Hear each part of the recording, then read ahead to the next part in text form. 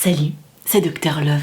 Bonjour à tous mes enfants et bienvenue dans ce Ça veut dire quoi hashtag de mon nana numéro 51. Petit point très court et très rapide, je ne m'éterniserai pas là-dessus parce que ça ne regarde que moi. Tu l'as remarqué, j'ai changé de décor, c'est pas pour rien, je ne suis plus chez moi. J'ai dû partir en Ardèche parce que mon grand-père est dans une situation critique à cause du coronavirus. Je ne sais pas combien de temps ça va durer. En tout cas, je respecte évidemment le confinement, c'est pas parce que je suis partie en Ardèche que je vais faire des balades en forêt. Merci à tous celles et ceux qui ont déjà vu ce message sur Instagram et qui m'ont envoyé des messages de soutien, je suis très touchée. Quoi qu'il en soit, j'ai horreur de parler de ma vie privée, je pense qu'il était important dans ces circonstances d'en parler parce que c'est évidemment pas normal de changer de lieu alors que tout le monde est censé être confiné. Donc restez chez vous, moi je reste chez moi et attendons tous ensemble la fin de ce confinement. Tout ceci étant dit, bienvenue dans ce Ça veut dire quoi hashtag de mon nana numéro 51. Au cas où tu débarques, je vous ai demandé à toutes et à tous sur Instagram de venir me raconter quelles sont vos histoires de cœur, quels sont vos problèmes de cœur, qu'est-ce qui t'empêche de dormir la nuit. Alors j'en conviens, en ce moment avec le confinement c'est un peu compliqué de voir son crush, mais justement il y a des couples qui réussissent à se faire pendant le confinement, il y a des couples qui réussissent à se séparer malheureusement pendant le confinement. Bref, c'est pas parce qu'on est en plein confinement qu'il n'y a pas d'histoire d'amour. Donc pendant cet épisode, comme dans tous les précédents et comme dans tous les prochains, je vais lire toutes vos petites histoires, vos petites questions de cœur que vous m'avez envoyées sur Instagram et je vais essayer d'y trouver des solutions. Que tu sois d'accord avec moi ou que tu sois pas du tout d'accord avec moi, tu as absolument le droit de venir le dire dans les commentaires, j'ai pas de problème avec ça. Tant que tu restes poli et bienveillant, surtout n'hésite pas à donner ton avis. Tout ceci étant dit, je pense que nous allons pouvoir lire vos petites histoires. J'ai hâte de voir ce que vous m'avez préparé pour cette semaine. C'est parti. Allez, on démarre avec Gertrude Bichette, elle a un problème de confinement et de vie tout court, je te dis ça tout de suite. Coucou Nad. Tout d'abord, je voulais te dire que je me suis fait toutes tes vidéos en moins de 2 semaines et que j'ai vraiment adoré.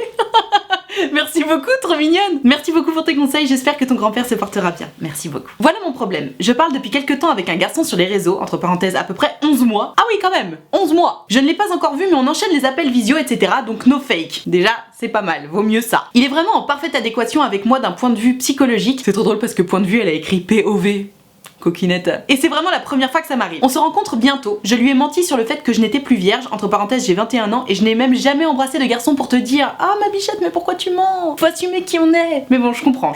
Je me dis que tant que ça reste par message, ça ne le regarde pas. Et même tant qu'on ne sort pas ensemble, ça ne le regarde toujours pas. Mais je ne peux pas m'empêcher de culpabiliser en me demandant s'il va le prendre comme une trahison et s'il voudra quand même de moi. Oh, t'es trop mignonne. Il a déjà eu 3 copines et moi rien. Penses-tu que je devrais le lui dire avant qu'on sorte ensemble? Me pardonnerait-il? Merci beaucoup pour tout et désolé, j'ai essayé de faire au plus court, signé Gertrude, hashtag demande à Nad. Alors, ma Gertrude, c'est terrible ce que tu me racontes parce que, à te lire, on dirait que tu considères que vraiment c'est un crime, genre, de pas encore avoir fait ta première fois et de pas avoir encore embrassé quelqu'un. En fait, le truc, si tu veux, c'est que les gens qui, comme toi, en gros, ont passé les 16-17 ans et qui ont encore aucune expérience, que ce soit amoureuse ou sexuelle, ils s'en veulent. J'allais dire, je sais pas pourquoi. Si, je sais très bien pourquoi, à cause du poids de la société, parce que tous tes potes ont déjà fait leur première fois, leur premier bisou, etc. Et toi, t'es là un petit peu en mode, bon, bah moi, quand est-ce que ça m'arrive? Pourquoi ça m'arrive pas? Si ça m'arrive pas, c'est sans doute parce que je suis pas assez bien, pas assez beau, pas assez belle, pas assez intelligent, j'en sais rien. Tu commences un peu à te flageller en te disant, putain, moi, ça m'est toujours pas arrivé. Donc, t'en as honte. Tu perds confiance en toi par rapport à ça et tu te sens comme obligé de mentir. Honnêtement, je te comprends. Parce que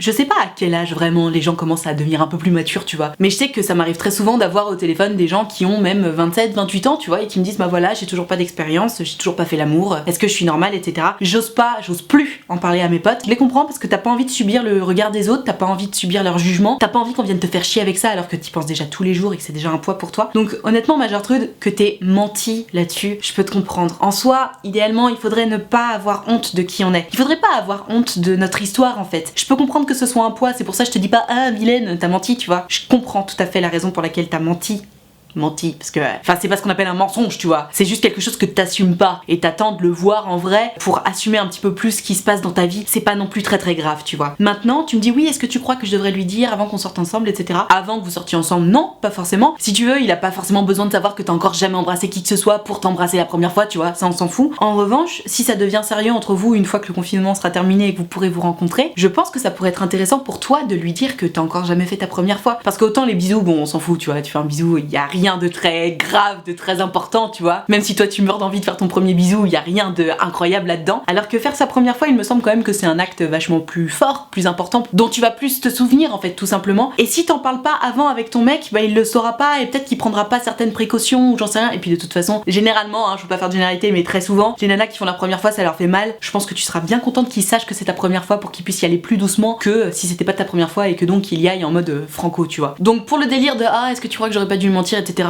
Franchement, te flagelle pas là-dessus, c'est pas grave, t'as rien fait de mal. En revanche, si vous commencez à sortir ensemble, ouais, bien sûr, essaie de lui dire la vérité avant que les choses sérieuses se passent, tu vois. Déjà parce que t'as pas à avoir honte de qui tu es, t'as pas à avoir honte de ton histoire. Et puis ensuite parce que, si monsieur n'est pas content que t'aies toujours pas fait ta première fois et qu'il veut pas te toucher parce que t'as pas fait ta première fois, ça veut juste dire que c'est un tocard en fait. Parce que on aime les gens pour ce qu'ils sont, pas pour leur expérience sexuelle, présente ou non, tu vois. Ça va te permettre aussi peut-être de faire un écrémage. Mais bon, faut vraiment être très très con pour dire ah t'as jamais fait ta première fois? Ah je veux pas coucher avec toi alors. Enfin, faut être débile, tu vois. C'est ça n'a pas de sens. Donc courage ma Gertrude et arrête de te flageller. Tout va bien. Flageller?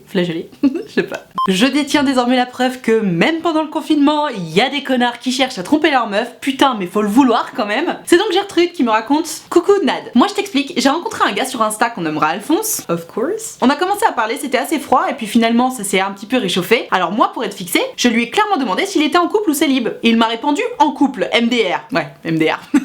Depuis ce jour, j'ai laissé tomber l'affaire parce que je ne touche pas aux gars au couple. C'est bien ma belle, bravo. Et puis ce soir, on a beaucoup parlé et il arrête pas de m'envoyer des cœurs, des petits smileys, enfin il m'en a mis plein, genre en mode des smileys de love, tu vois. On a énormément de points communs, il n'arrête pas de me dire que je suis belle, belle gosse, magnifique et j'en passe. Donc maintenant, je ne sais pas trop quoi en penser et ce qu'il ressent. Aide-moi, gros bisous, t'es la meilleure, hashtag #demondanade numéro 51. Alors ma Gertrude, il y a un truc que je comprends pas dans ce que tu me racontes. C'est-à-dire que tu me dis j'ai lâché l'affaire parce que je ne touche pas aux gars en couple, c'est tout à ton honneur, vraiment. Si tout le monde faisait comme toi, on aurait moins de problèmes. Et lui, il a juste à revenir à la charge pour que finalement tu te dises oh je ne sais pas ce qu'il ressent. Vous êtes jamais rencontrés de votre vie, juste jamais, tu vois. Donc j'entends que vous ayez des points communs, tu m'as marqué la famille, le sport. Je suis désolée, pardon, je veux pas casser ton délire, mais la famille et le sport comme point commun, je pense qu'il y a à peu près 4 milliards d'êtres humains qui ont les mêmes points communs que toi, tu vois. Donc c'est juste pas un point commun, la famille et le sport. Et là tu me dis ah je sais pas ce qu'il ressent et tout, mais en fait il ressent rien, ma Gertrude. Vous avez discuté 2 fois sur Instagram, vous vous connaissez pas, vous êtes jamais rencontrés. La seule chose qu'il ressent sans doute, c'est de la lassitude par rapport à sa meuf et il a besoin d'une béquille affective parce qu'il a pas assez d'amour par rapport à sa meuf. Donc il va venir t'en donner à toi pour que derrière tu lui en redonnes aussi. Et c'est tout bénef pour lui, ça va flatter son ego, il est pas en train de tromper sa copine officiellement et en plus ça l'occupe. En ces périodes de confinement, ce n'est pas peu. Donc ma Gertrude,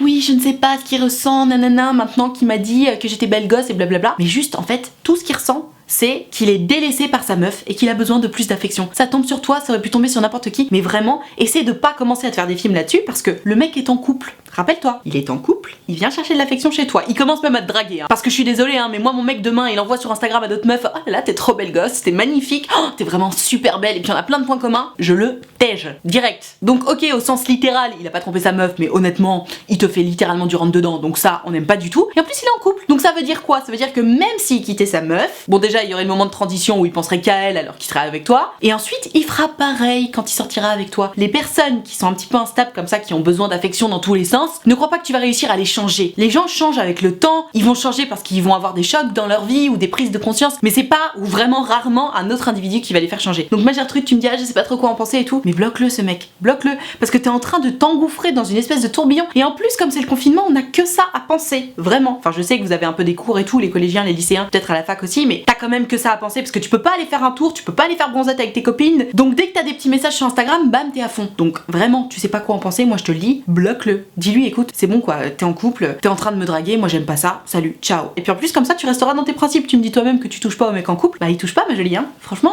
c'est pas le moment de se dire ah je sais pas ce qu'il ressent, ça fonctionne pas. Allez courage, t'en trouveras d'autres. On enchaîne avec Gertrude qui clairement a bien suivi mes conseils de confinement, elle s'est dit ok, j'ai un crush, je lui ai jamais parlé, balèque, je vais lui écrire. Franchement, elle a des balls notre Gertrude, je te lis ça tout de suite. Salut Nad, c'est Gertrude. Yo Gertrude. J'ai tenté un message direct avec mon crush, je lui ai envoyé salut, je sais qu'on se connaît pas, c'est direct et je n'ai jamais vraiment fait ça, mais est-ce que ça te dirait d'aller boire un verre un jour? Et il a gentiment répondu salut, je suis désolée mais honnêtement je parle déjà à quelqu'un d'autre et je ne veux pas vraiment jouer sur plusieurs tableaux. Je ne suis pas comme ça, encore désolée, je veux vraiment pas te blesser ou quoi que ce soit. Mais on est clairement sur le mec inverse de la question précédente hein. Dois-je continuer à espérer tout en continuant de parler avec d'autres mecs ou dois-je abandonner tout espoir? Merci à toi si tu prends mon message, hashtag #demondanade numéro 51. Alors ma Gertrude déjà, franchement, félicitations d'avoir pris ton courage à deux mains comme ça et d'avoir envoyé un message à ton crush parce que c'est pas facile, même si on est en confinement, même si c'est par massage, c'est quand même pas évident de dire à quelqu'un bon bah on va boire un verre, surtout si tu le connais pas. Donc franchement, bravo, je suis fière de toi ma Gertrude. Ensuite bon, bah écoute, il t'a répondu qu'il était en train de discuter déjà avec quelqu'un d'autre et qu'il était en train de préparer une autre relation. Honnêtement je me dis mais t'as quand même le nez ma Gertrude pour trouver les personnes qui sont bien, parce que contrairement à la question précédente, le mec là, il s'est pas dit ah trop cool, je vais pouvoir choper de la l'affection un petit peu dans tous les sens. Il t'a dit direct non. Genre, je suis en train de vous draguer une autre meuf, pour l'instant c'est non. Et je trouve ça hyper classe de sa part. Parce qu'il a été honnête, il a été droit, il a été respectueux. Bon, bah, il est pas pour toi pour l'instant, on sait pas ce que l'avenir nous réserve, mais en tout cas, belle pêche parce que ce garçon-là, il se tient et on aime beaucoup. Ensuite, tu me demandes est-ce que je dois continuer à espérer ou pas. Comment te dire? En fait, c'est un peu délicat parce que, étant donné que vous vous connaissez pas, je t'aurais bien suggéré de faire connaissance avec lui, de discuter un petit peu, mais dans le sens où maintenant, bah, ça y est, il sait que t'es à fond sur lui et que t'as envie d'aller boire un verre avec lui, il va être un petit peu sur ses gardes. Donc en fait, je sais pas comment te dire, ce genre d'approche, c'est un peu one shot, je pense, hein. Hésite pas à me dire ce que t'en penses dans les commentaires si t'es pas d'accord avec moi, mais moi j'ai quand même l'impression que quand tu connais pas quelqu'un et que tu lui envoies ce message un peu bombe en mode bon bah voilà tu me plais, qu'est-ce qu'on fait? Si tu te prends un stop, c'est vrai que c'est compliqué. Donc dois-je continuer à espérer à ta place, hein, je te parle en mon nom, je pense que je serais passée à autre chose. Après tu sais pas, peut-être qu'un jour il t'enverra un message en mode coucou, bon bah voilà, ça s'est terminé avec cette nana là, j'ai repensé à toi, peut-être qu'on peut aller boire un verre, peut-être tu vois, mais je pense que tu devrais pas trop compter là-dessus. À ta place, je pense que bah j'oublierai ce mec là, je serais fière de moi surtout parce que t'as fait ça ma Gertrude et franchement bravo, mais je pense que ouais tu peux essayer de te concentrer un petit peu sur d'autres mecs parce que bon bah c'était non, et tu sais, comme je dis toujours, si ça merde dès le début c'est que ça va merder tout du long. Là le mec il t'a dit non, alors oui il avait la tête ailleurs, donc peut-être qu'un jour ça changera. Tant qu'il revient pas vers toi, vraiment, n'espère pas. C'est mon avis et je pense qu'il est quand même plutôt pas mal. De circonstances en tout cas. J'attends de voir les commentaires par rapport à cette question, mais je suis assez sûre de moi. 70-80%. Courage ma Gertrude. On enchaîne avec Gertrude Bichette, le confinement ne rime pas trop avec crush et histoire d'amour pour elle, je te dis ça tout de suite. Coucou Nad, j'espère que ton confinement se passe bien. Ça se passe comme les autres. J'ai envoyé un message à mon crush avant-hier et il ne m'a pas répondu.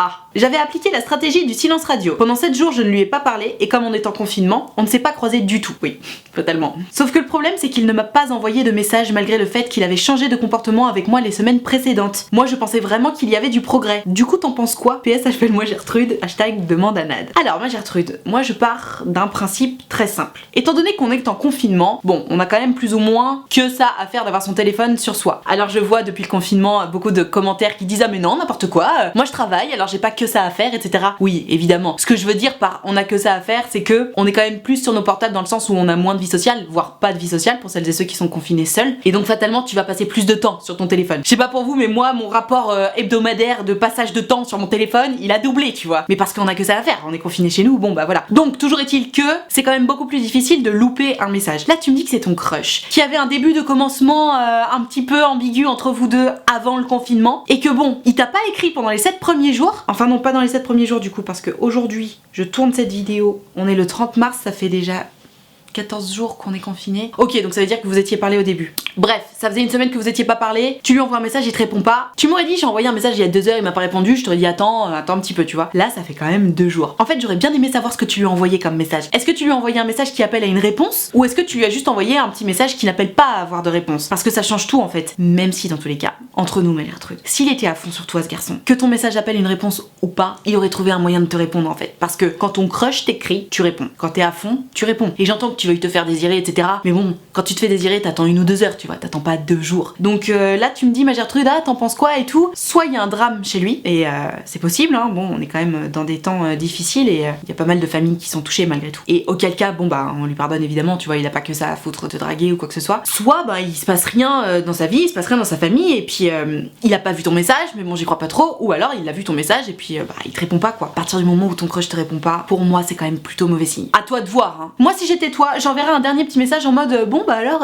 tu me réponds pas, tu sais, un peu en mode rigolade, surtout pas le alors tu me réponds pas connard, surtout pas, tu vois, parce que tu vas complètement casser la vibe, mais tu peux envoyer un petit message du style bah alors tu te fais vachement désirer, le confinement plus ça, il faut que je t'envoie combien de messages pour que tu me répondes, enfin tu sais, un truc un peu fun, tu vois, et tu vois s'il te répond. Bon, s'il te répond même pas à ça, c'est que vraiment c'est mort, et s'il te répond en mode ah putain mais je suis désolée, et puis que là vous continuez à discuter, bah c'est que ça va en fait, c'est juste que bah il s'était manqué pour une fois et c'est pas très grave, mais à toi de voir. Dans tous les cas, je pense que c'est pas forcément bon signe ton histoire. Regarde ce que disent les gens dans les commentaires, hein, mais moi je suis pas très sûre. Ok, on enchaîne avec Gertrude, son ex la stalk. J'adore ce genre d'histoire, je te la lis. Salut Nad, tout d'abord sache que j'adore tes vidéos, continue comme ça. Merci beaucoup. Voilà mon problème. J'avais rencontré un mec sur Tinder il y a maintenant presque 1 an avec qui j'ai parlé jusqu'en décembre. Le courant passait très bien entre nous, même très bien, sauf qu'il y avait une ombre au tableau, on avait beau être dans la même fac, on ne se parlait jamais à part par message. J'étais moi rongée par ma timidité et ma peur du rejet, et lui ne voulait pas que ses potes s'en mêlent. Ok. Bon, pourquoi pas. Conclusion, aujourd'hui, on ne se parle plus pour diverses raisons. Cependant, il a commencé à me stalker depuis que c'est terminé, chose qu'il ne faisait pas avant. Il regarde toutes mes stories alors qu'il ne me suit même pas sur Instagram. Alors ça, putain, mais ça me rend dingue. Les ex qui regardent tes stories alors qu'ils te suivent pas. Juste, soit tu me follow et tu regardes mes stories, y a pas de problème. Tu sais, c'est pas parce que t'es mon ex que t'as pas le droit de regarder mes stories. Soit t'arrêtes de me follow et t'arrêtes de regarder mes stories. Putain, ça fait tiep. Et c'est récemment même son petit frère qui s'est mis à me stalker, entre parenthèses, alors que je ne le connais que de nom et que lui ne me connaît même pas. Oui, bah il utilise le compte de son frère, quoi. Malin. Je pensais qu'il le ferait qu'au début, mais ça fait bientôt 5 mois et c'est toujours pareil. Je me demande vraiment pourquoi il fait ça alors que c'était lui qui était le plus réticent de nous deux à faire avancer les choses au point que j'étais obligée de lui poser un ultimatum pour qu'on se voie. J'aimerais avoir ton avis car je t'avoue que je ne comprends pas son comportement, étant donné que la première fois où ça s'était arrêté, il ne le faisait pas. Hashtag demande à Nad. Alors, ma Gertrude, ton histoire là, franchement, ça m'a l'air prise de tête. Ça fait donc plus de 5 mois que ça s'est arrêté, donc tu me dis vous entendiez bien, mais vous parliez jamais. Donc manifestement, dans votre couple, le problème c'est la communication, parce que vous étiez dans la même fac, vous parliez pas. Alors j'entends que toi t'étais timide et que lui voulait pas que ses potes s'en mêlent, mais tu sais, il y a un moment, on est à la fac quoi. À la limite, quand t'es au collège et qu'on peut se voir qu'au collège, j'entends que t'as pas envie que tes potes s'en mêlent et que c'est compliqué. À la fac, même si tes potes ils sont lourds, je pense que t'es assez grand et assez mature pour dire bon allez les gars vous êtes lourds tu vois. Donc là ma Gertrude ça s'est arrêté pour diverses raisons. En attendant, ce qui est sûr c'est que vous aviez un problème de communication. Et là ça fait 5 mois que c'est terminé et il continue de te stalker. En soi ma Gertrude t'as plusieurs possibilités qui s'offrent à toi. Si t'en as marre qu'il te stalk, t'as qu'à le bloquer. Comme ça lui tu l'aides au passage puisque manifestement il arrive pas à t'oublier. Parce que pourquoi un ex va venir te stalker? C'est parce qu'il veut prendre tes nouvelles en fait. Il veut savoir comment tu vas, il veut savoir ce que tu fais. Donc ça veut dire qu'il pense à toi. Après c'est pas parce que ton ex pense à toi qu'il veut se remettre avec toi. Mais ce qui est sûr c'est que si ton ex pense à toi au point d'aller stalker tes stories, tes trucs, Instagram, etc. Oui, c'est qu'il y a quelque chose qui est pas terminé dans sa tête, tu vois, il y a quelque chose qui est trop flou. Donc, soit tu lui envoies un message en lui disant, écoute, crois pas que je te vois pas stalker mes stories Instagram même avec le compte de ton frère. Si tu veux, on peut aller boire un verre, on en discute. Ou alors, t'arrêtes de me stalker parce que moi, quand je vois que tu regardes mes stories, ça me stresse. Tu peux lui dire, parce qu'en soi, c'est la vérité, hein, c'est ça le problème. T'as envie de savoir si c'est oui ou non. C'est oui ou bien c'est non. Tu vois? Comme elle dit Angèle. Sauf que le problème, c'est que, étant donné que lui, il te dit non, mais qu'il regarde tes stories, bah ça fait un peu non, mais ou peut-être, on sait pas, c'est chiant. Nous, ce qu'on aime, c'est soit oui, soit non. Donc parle-lui en fait à ton ex. Franchement, je pense que tu peux vraiment lancer un pavé dans la mare en mode pourquoi tu regardes mes stories tout le temps quoi? Est-ce que tu penses à moi? Est-ce que tu veux qu'on se remette ensemble? Surtout que bon, entre nous, si tu m'envoies un message pour me parler de ça, j'imagine que c'est que toi aussi t'as un petit peu envie, tu vois. Peut-être qu'il y a un truc à jouer entre vous deux, j'en sais rien. Et puis encore une fois, le confinement c'est plus ou moins un bon moment pour discuter de ces trucs-là. Alors vous pourrez pas vous voir en vrai, mais à la limite vous faites un Skype. Comme ça en plus, aucune chance que ça dérape sans que vous le vouliez vraiment. Donc ouais, ma Gertrude, tu me dis j'aimerais avoir ton avis car je t'avoue que je comprends pas son comportement. Bah je te dis, pense à toi quoi. En soi, y a rien de grave. Il fait rien de mal, tu vois. C'est pas comme si t'envoyais des messages pour savoir comment t'allais. Il regarde tes stories, prendre tes nouvelles, tu vois. Si ça te dérange vraiment, lance le pavé dans la mare, comme je te dis. Tu lui envoies un message en lui disant bon, arrête de regarder mes stories. Ou alors tu peux le bloquer si t'as envie juste que ça s'arrête. D'ailleurs, peut-être que si tu le bloques, il va le voir, il va t'envoyer un message, t'en sais rien. Mais en tout cas, si tu le bloques pour qu'il t'envoie un message, ça veut dire que c'est pas terminé de ton côté, tu vois. Donc ça veut dire que ce sera peut-être plus malin de lui envoyer un texto pour lui dire que de le bloquer. Toi de voir en fait. Mais oui, c'est sûr, si tu veux mon avis, c'est sûr, ça veut dire qu'il pense à toi, potentiellement qu'il s'ennuie, potentiellement qu'il a pas une autre meuf à se mettre sous la dent, mais ça veut pas forcément dire qu'il veut se remettre en couple avec toi. Allez, courage. Allez, on termine avec Gertrude qui a un problème que beaucoup de célibataires ont à cause de ce confinement. Le délire de, tu sais, t'as matché avec quelqu'un sur une appli de rencontre et puis tu peux pas la rencontrer à cause du confinement. Je te dis ça tout de suite. Salut Nad, d'abord merci pour tout ce que tu fais, courage à toi et à ta famille en ces temps compliqués, je t'envoie tout mon soutien. Merci beaucoup. J'ai une petite question. Je parle avec un garçon avec qui j'ai matché sur Tinder. On se parle non-stop depuis une dizaine de jours. Le contact passe vraiment bien, mais nous n'avons pas encore eu l'occasion de nous rencontrer. Entre parenthèses, on a matché pendant les premiers jours du coronavirus. Yes! J'ai vraiment peur que, au vu de la situation actuelle et du fait qu'on ne puisse pas se voir, la conversation finisse par s'estomper et qu'on passe à côté de quelque chose. Qu'en penses-tu? As-tu des astuces pour maintenir la flamme pendant le confinement? Je te fais des gros bisous signé Gertrude, hashtag demande à Nad. Alors ma Gertrude déjà, sache que tu es loin d'être la seule dans ce cas. J'ai énormément de gens notamment qui ont pris rendez-vous sur mon site utilefutile.fr pour me dire putain mais qu'est-ce que je peux faire? On est là, on est obligé d'attendre la fin du confinement pour se voir. Effectivement, vous êtes obligé d'attendre la fin du confinement. C'est trop chiant. Surtout que sur une appli de rencontre, il y a tellement de gens dans tous les sens que tu peux commencer à discuter de façon nouvelle avec quelqu'un de nouveau et donc ça va fatalement être plus intéressant puisque avec la personne avec qui tu discutes depuis 10 jours, bon bah t'as déjà passé les premiers sujets un petit peu légers, tu vois. Clairement, si tu veux entretenir la flamme avec ce garçon et que vous avez envie de vous voir, j'imagine que vous êtes plus ou moins tous les deux sur la même longueur d'onde parce que sinon tu t'emballerais pas comme ça, vous avez qu'à vous donner un rendez-vous. Alors actuellement, au jour où je te tourne cette vidéo, la fin du confinement est prévue le 15 avril, donc je sais pas, vous avez qu'à prévoir de vous voir le 16 avril parce que comme ça le 15 tu vas voir ta famille, tes amis et tout proche, c'est important quand même, mais vous avez qu'à vous prévoir, je sais pas moi, un rendez-vous le 16 avril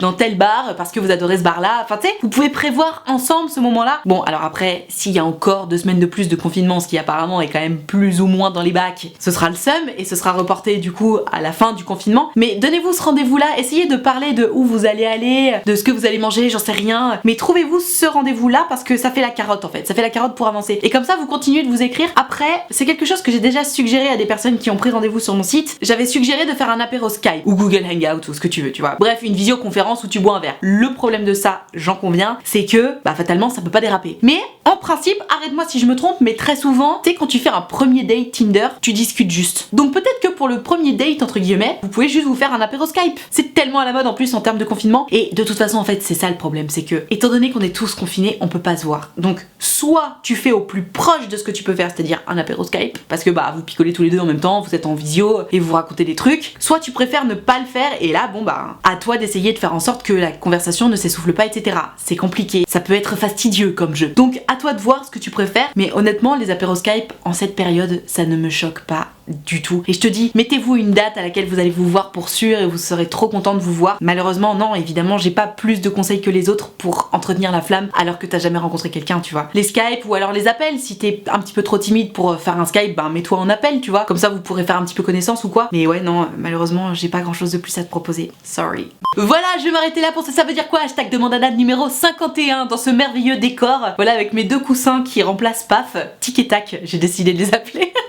J'espère que cette vidéo t'a plu, j'espère qu'elle t'a intéressé, peut-être qu'elle t'a appris des choses, en tout cas j'espère surtout qu'elle t'a diverti. Si c'est le cas, mets-moi le pouce bleu s'il te plaît, fais-le pour de vrai, tu cliques sur le pouce bleu, ça me fera drôlement plaisir parce que ça me permet de savoir que t'as aimé mon travail et puis surtout ça récompense mon travail, double emploi. Tu peux également t'abonner à cette chaîne YouTube, clique sur s'abonner, vas-y clique right now et tu cliques sur la cloche, comme ça t'auras une petite notification à chaque fois que je sors une vidéo et comme ça tu n'en louperas aucune. Si jamais tu veux pouvoir participer aux prochaines vidéos en me racontant ton histoire, en posant tes questions comme toutes les Gertrude et les Alphonse de cette vidéo, c'est sur Instagram que ça se passe. Je fais ça depuis tout à l'heure mais en fait le logo est là. Je crois, je sais pas. Donc tu n'as qu'à venir me suivre @nadrichard avec 2 H. Tu verras, je poste évidemment des petites photos de moi, des petites vidéos normales et aussi et surtout je poste des stories dans lesquelles je précise quelle vidéo je suis en train de préparer et c'est à ce moment-là qu'il faut venir me raconter ton histoire par message privé. Donc je t'attends dès à présent sur Instagram. Si jamais t'aimes pas trop Instagram ou que t'as juste envie de me raconter ton histoire juste à moi et que moi je te réponde directement, c'est possible, tu peux prendre rendez-vous sur mon site utilefutile.fr, j'en parlais tout à l'heure, le lien est dans la barre de description. Tu peux prendre un rendez-vous soit de 20 minutes soit de 45 minutes selon si t'as beaucoup de choses à me raconter ou pas, si t'as beaucoup de questions ou pas. Et tu peux choisir qu'on en discute soit à l'écrit, soit au téléphone, soit en visio, selon ton taux de timidité. En tout cas, si jamais ça te fait plaisir de prendre rendez-vous avec moi, si ça te fait envie, n'hésite pas. Je ne mords pas, je sais mettre les gens à l'aise et ça se passe toujours très très bien. C'est toujours des échanges très enrichissants et très agréables, donc je serais ravie de t'avoir en rendez-vous. Le lien est dans la barre de description. Je te rappelle également que l'option de souscription payante à ma chaîne YouTube est activée. Ce sont les abonnés de Diamant. Ils sont là pour me soutenir, ils m'envoient beaucoup d'amour. Et moi, pour les remercier de tout ce soutien et de tout cet amour, je leur ai créé un groupe Facebook dans lequel on discute tous ensemble. Il y a une très bonne ambiance. J'en fais des lives Facebook exclusifs rien que pour eux 3 fois par semaine. Donc si jamais t'as envie de venir les rejoindre, surtout n'hésite pas, c'est 5 € par mois ou plus si tu le veux et que tu le peux et tu seras forcément très bien accueilli. Tout ceci étant dit, merci infiniment d'avoir suivi cette vidéo en entier. N'oubliez pas de rester chez vous, de respecter le confinement. C'est bientôt fini, serrons-nous les coudes et en attendant la prochaine vidéo, je te fais des très gros bisous. Ciao.